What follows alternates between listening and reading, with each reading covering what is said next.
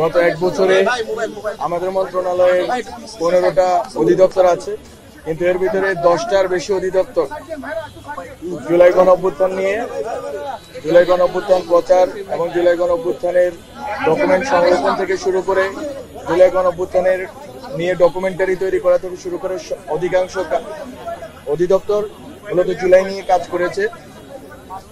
বিশেষ করে বিটিভি বেতারে আপনারা দেখেছেন গত 1 মাস ব্যাপী ডকুমেন্টারি প্রচারিত হচ্ছে, বেতারে কার্যক্রম চলতেছে।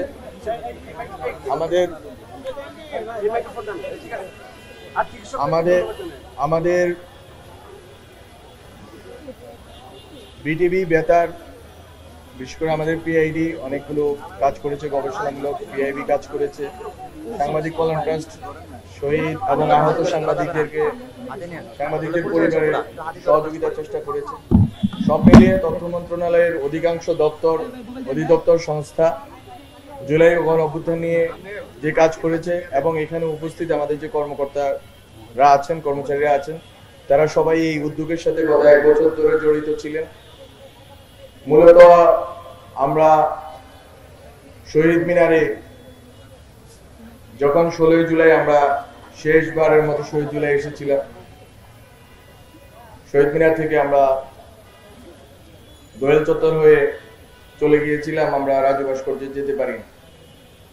17 জুলাই আপনারা জানেন গায়েবানা জানাজা হামলা হয়েছিল এবং এরপর আমরা ক্যাম্পাসে আর প্রবেশ করতে পারিনি। ক্যাম্পাস থেকে আন্দোলন তখন ছড়িয়ে গিয়েছিল সারা বাংলাদেশে, বিশেষ করে ঢাকা শহরের প্রবেশ পথে 8টা পয়েন্ট অন্তত যেখানে তুমুল প্রতিরোধ গড়ে তোলা হয়েছিল এবং মানুষ দলমত নির্বিশেষে মানুষ অংশগ্রহণ করেছিল, প্রাণ দিয়েছিল।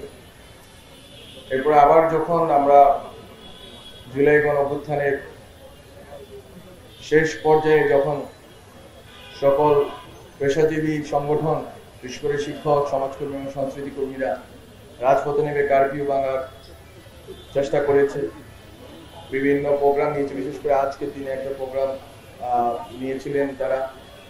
সেই প্রোগ্রামের কারণে আবার শহীদ মিনারে ফেরা, এর চেয়ে অনেক বিপুলভাবে শহীদ মিনারে আমাদের ফেরা হলো 3রা আগস্টে, যেদিন এক দফা ঘোষিত হয়েছিল আনুষ্ঠানিকভাবে। তো সব দিক বিবেচনায় এই শহীদ মিনার আমাদের জন্য প্রতিরোধের এবং আমাদের জন্য বিজয়ের একটা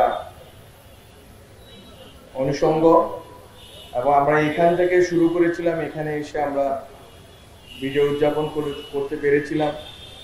বিজয়ের 1 বছর পার হয়েছে, আমরা অনেকগুলো প্রতিশ্রুতি দিয়েছিলাম, তার মধ্যে একটা বড় অংশের প্রতিশ্রুতি বাস্তবায়নের কথা আমরা এগোতে পেরেছি, সব হয়তো বাস্তবায়িত হয়নি। তো আমাদের মন্ত্রণালয়ে অধিভুক্ত সংস্থা, অধিদপ্তর, দপ্তরগুলো, কর্মকর্তা কর্মচারীদেরকে যারা যে কাজগুলো করেন নিয়মিত জুলাই গণঅভ্যুত্থানের জন্য, জুলাই গণঅভ্যুত্থানের প্রতিশ্রুতি এবং আকাঙ্ক্ষার উপর নির্মিত এই সরকারের জন্য এবং বিশেষ করে এই দেশের জনগণের জন্য আমরা তাদেরকে মনে করিয়ে দিতে চেয়েছিলাম যে তারা আসলে কোন আকাঙ্ক্ষার ভিত্তিতে কাজ করতেছেন। আর আমরা এই ভিত্তিতে আমরা হাঁটলাম, আমরা এখানে আসলাম, আমরা একাত্মতা বোধ করলাম যে গত 1 বছর আগে আন্দোলন হয়েছিল, অভ্যুত্থান সংগঠিত হয়েছিল, 1000-2000-এর কাছাকাছি মানুষ শহীদ হয়েছিল, 20-25 হাজার মানুষ আহত হয়েছিল, পঙ্গু হয়েছেন, অন্তত বরণ করেছেন। আমরা মূলত এই রিএনএক্টমেন্টটা চাচ্ছিলাম বারবার আমাদের কাজের মধ্য দিয়ে, আমাদের প্রোগ্রামের মধ্য দিয়ে, যে কিভাবে আমরা আমাদের শহীদদেরকে স্মরণ রাখতে পারি। শহীদদেরকে আমরা যতদিন স্মরণ রাখবো, আহতদের মর্মপীড়া আমরা যতদিন অনুভব করব, ততদিন আমরা নতুন বাংলাদেশ গঠনের প্রতি অঙ্গীকারবদ্ধ থাকব এবং আমরা তাদের আত্মত্যাগের উপর ভিত্তি করে যেহেতু একটি নতুনভাবে স্বাধীনতা পেয়েছি, বাংলাদেশকে নতুনভাবে আমরা গড়ার সুযোগ পেয়েছি এবং এখানে অনেকেই আছেন যারা হয়তো ফ্যাসিবাদী ব্যবস্থার কারণে অনেকে ন্যায্য অধিকারও পাননি, তাদের অনেকেই এখানে ন্যায্য অধিকার পেয়েছেন। অনেকেই বৈষম্যের শিকার ছিলেন, বৈষম্যহীনতা দেখা পেয়েছেন 16 বছর পরে।